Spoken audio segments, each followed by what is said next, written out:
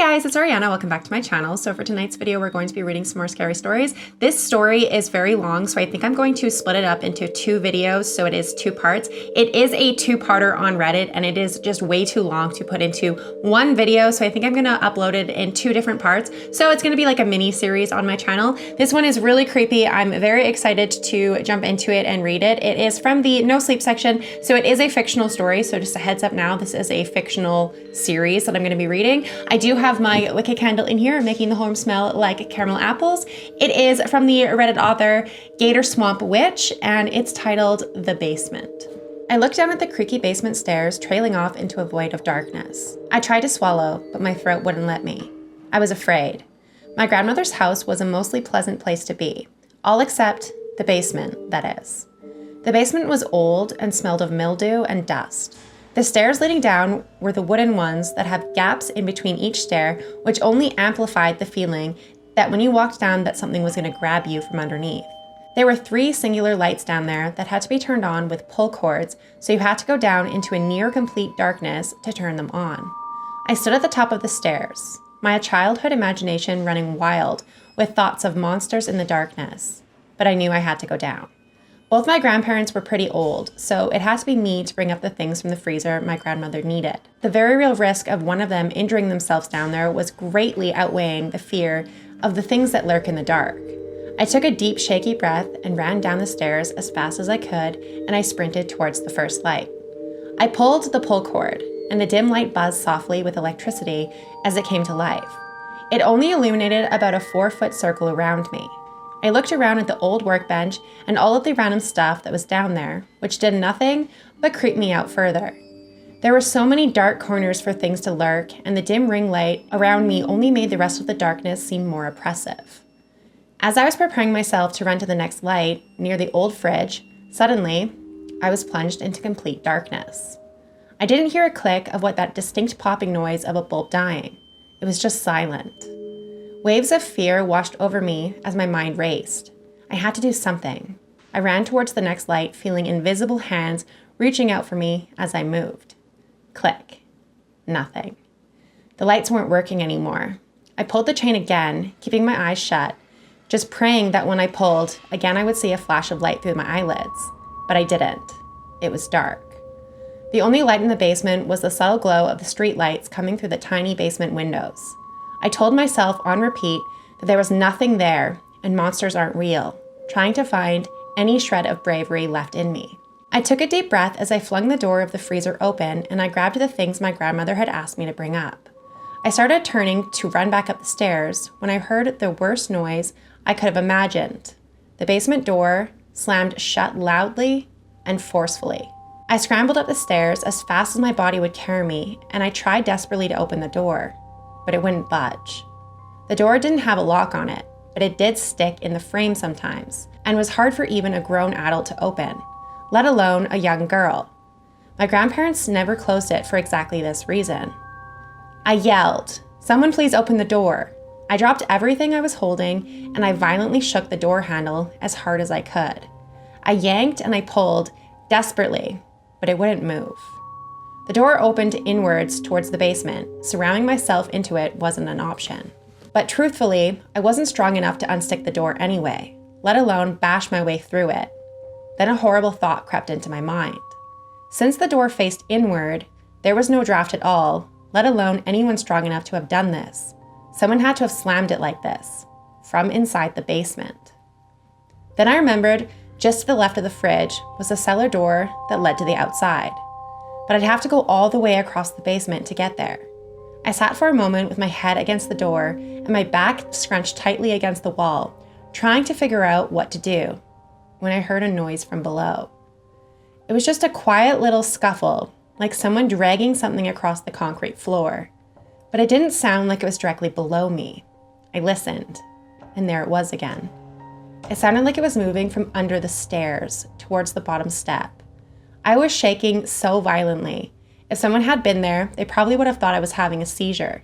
Maybe I was. I don't really know. I screamed further. I slammed my fist as hard as I could against the door, and from below me, I heard the same sound, growing closer. I slammed my fist so hard against the door. I'm truthfully amazed I didn't break any bones in my hands. As I heard the noise again, I turned my head towards the bottom of the stairs. I thought for a second I could make out the outline of a tall, lanky, dark figure hunched over just past the stairs, just beginning to stand up in the darkness below. In that moment, the purest form of flight or fight took over my body. It was almost like being possessed by someone else, someone far braver and smarter than me.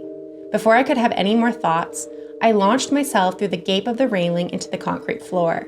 I hit the ground hard, but I had so much adrenaline, I didn't care. I heard some kind of deep, raspy, inhumane noise coming from behind me as I got back on my feet and I started running towards the cellar doors. I could hear whatever it was, joints cracking and popping as it shuffled towards me, making that awful dragging noise. I didn't dare turn around to see it though. As I finally reached the little stairs leading to freedom, I rammed my shoulder as hard as I could against the cellar door. They were heavy and they barely moved at all when I slammed into them. But I knew this was life or death. I wedged myself between the top step and one side of the door and pushed myself and the door with all of my strength. I heard the raspy groan growing closer and louder. I pushed the door as hard as I could until finally I could see the backyard. I felt something unnaturally cold and bony swipe against my leg as I fell to the ground. I heard my grandmother call my name with a very confused voice from over by the pond. She asked what I was doing. I explained that the basement door slammed shut. My mind was racing though. As the comfort of adults being with me again started to melt the fear off me, I gained enough courage to look down the cellar steps. Just for a moment, I saw something slink away into the darkness. It looked pale and bony and just unnatural. I saw a singular bloodshot eye that was far too big and wide with no iris as it vanished into the darkness. As soon as that eye connected sight with me, the fear returned and I slammed the door shut aggressively.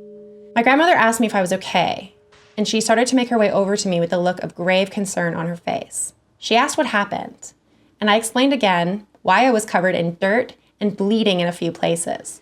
The side of my body that hit the basement floor when I jumped off the stairs was covered in scrapes, with purple bruises beginning to form. The sides of my fists were swollen and already beginning to change colors from banging so hard against the door. After I gained my composure for a moment, I looked at my grandmother's sweet, concerned face. The basement door slammed shut on me, and I thought I heard or saw something down there with me. I was yelling for you guys, but no one answered me.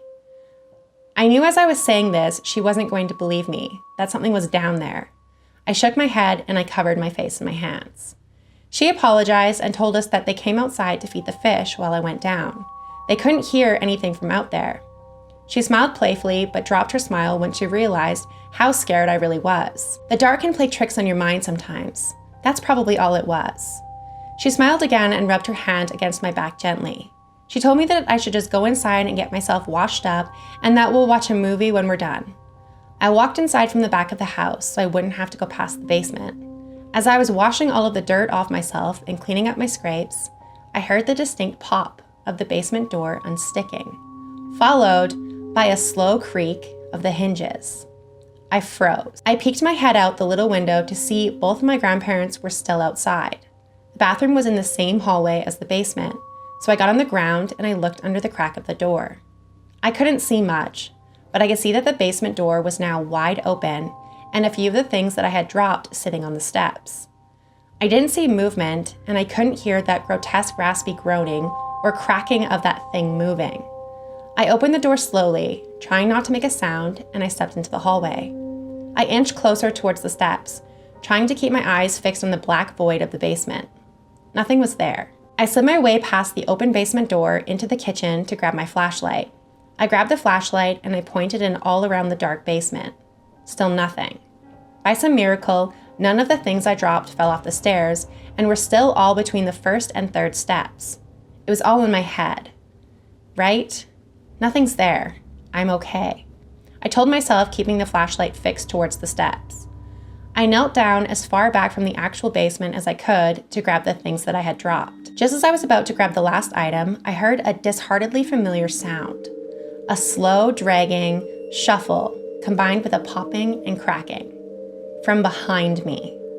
I turned my head towards the hallway and then felt the life force drain out of me as my eyes once again met those horrible irisless bloodshot eyes. Whatever it was tall and thin and covered in a semi-translucent pale flesh that seemed like it was draped over the thing's skeleton. It didn't seem like it was attached in any meaningful way. Its arms and torso were both too long and skinny, and it had horrible bony fingers with black, rotten nails. And its fucking face. Two bulging, bloodshot eyes that were too close together, with tiny black dots in the middle.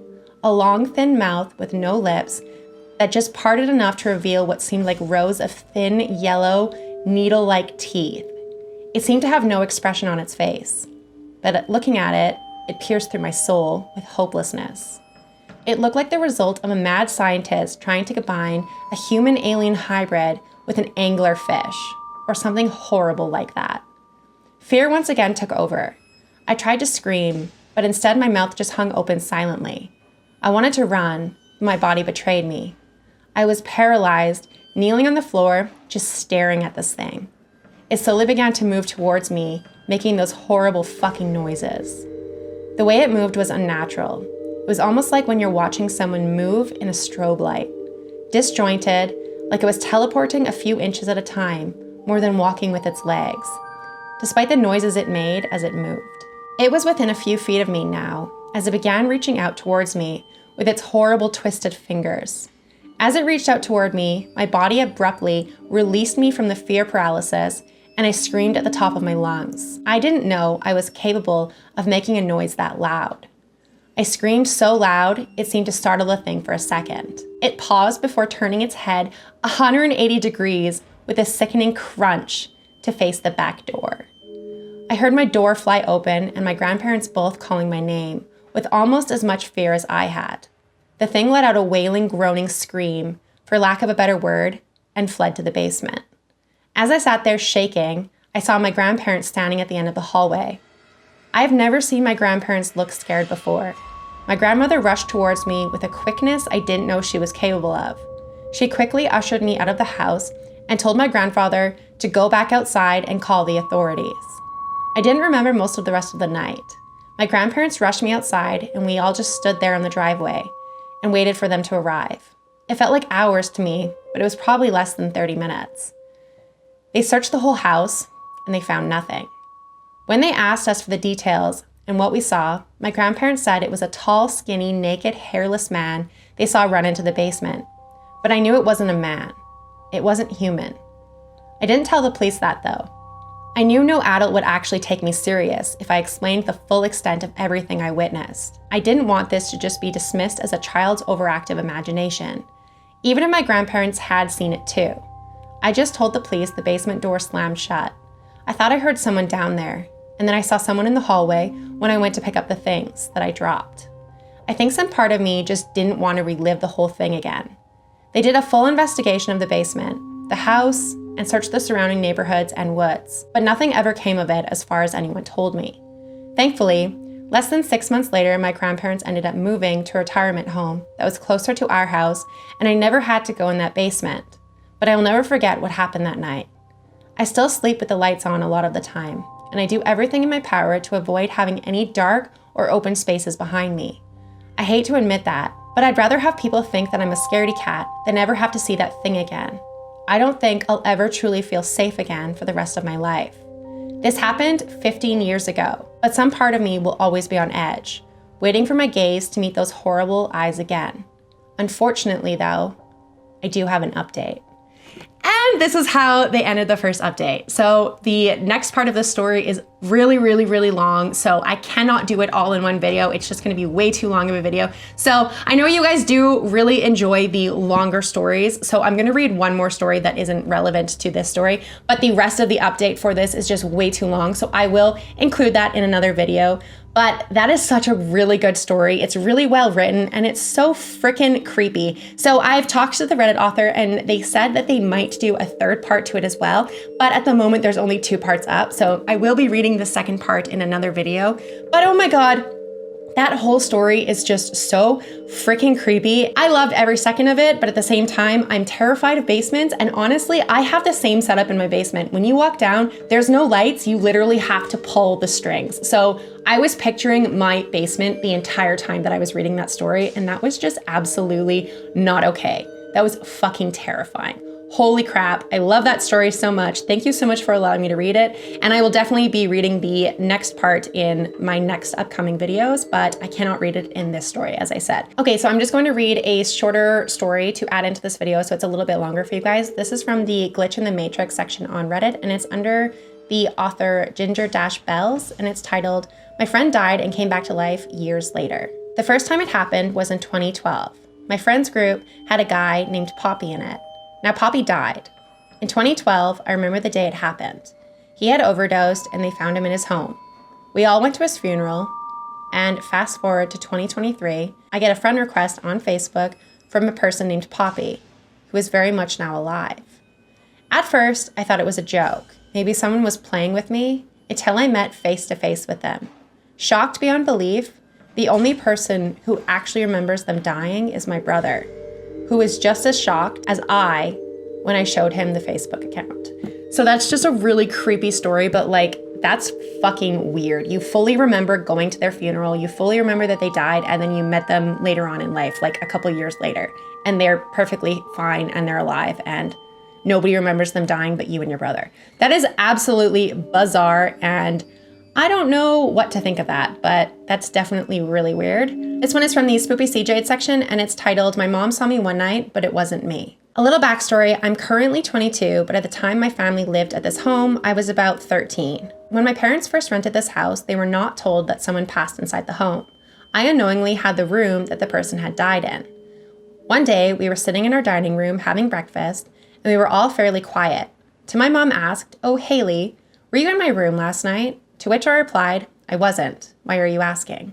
She proceeds to tell me that in the middle of the night, she was still trying to go to sleep when suddenly she felt me tap her on her shoulder, whispering, "Mom." She tells me to hang on, and when she turns on her bedside lamp and reaches to turn it on, she turns back to see me, and I'm completely vanished. She also noticed that at this point, the bedroom door was still closed. The person she saw wasn't me. And she said that she couldn't see that if it was actually me by the facial features or not, but had just assumed it was from my voice. When we lived in this house, I hated sleeping in that room. The energy always felt very off. I would always wake up in the middle of the night and feel terrified. I would just take it with stride and usually go get some water. Most of the time, I would hear footsteps coming down the hall from the room behind me as I headed to the kitchen. I also hear footsteps heading to my room from our kitchen. I eventually got to the point where I couldn't sleep in my room at all, and I would fall asleep in the living room. Some nights when I would fall asleep in the living room, I would see a black figure standing in the entrance of the room. I remember one night though, as I fell asleep, I woke up with the black figure leaning down, staring at me. I closed my eyes and I hid under the blanket. When I uncovered myself, it was gone. I ran to my room because I just wanted out of that living room. That's all I really remember from that house, but I just wanted to share these quick stories with you guys. Thanks for reading. So that's really creepy. That's just like not okay. I would not want to be in a house where like I was constantly feeling like there's something watching me and near me and touching me, and that's just really freaking creepy. So this is where I'm gonna end the video because I'm having a very hard time talking today. I keep stumbling over my words. So we are already at the 22-minute mark, and I need to edit this and upload this for you guys. So I will be filming the next part of the main story in my next video. So keep your eyes posted for that. I will probably be posting that on Friday or Saturday, but I am going to Vegas next week, so I will be gone all of next week. So I may not have videos at the beginning of the week unless I can pre-film them this weekend, but I'm not entirely sure if I will have time. So I will hopefully have the next part of this video up on Friday, but thank you so much for watching. If you guys made it to the end of this video, leave me your favorite Halloween emoji in my comment section down below. I always ask that you guys leave an emoji or a comment down below because it really does help boost my videos in the algorithm on YouTube. Any type of engagement that you guys do on my video helps. So if you like it, you comment, you share it around, it really helps. My views have definitely dropped over the last couple of months, and I'm not entirely sure why. I don't know if YouTube changed their algorithm or what happened, but all of my YouTube friends are basically complaining about the same thing. So if you guys can help by sharing my video around, engaging with it, doing anything possible to let YouTube know that it is interesting and you guys do like my content, that would help me out so greatly. So thank you so much for watching, and I will see you guys at the next video. Bye.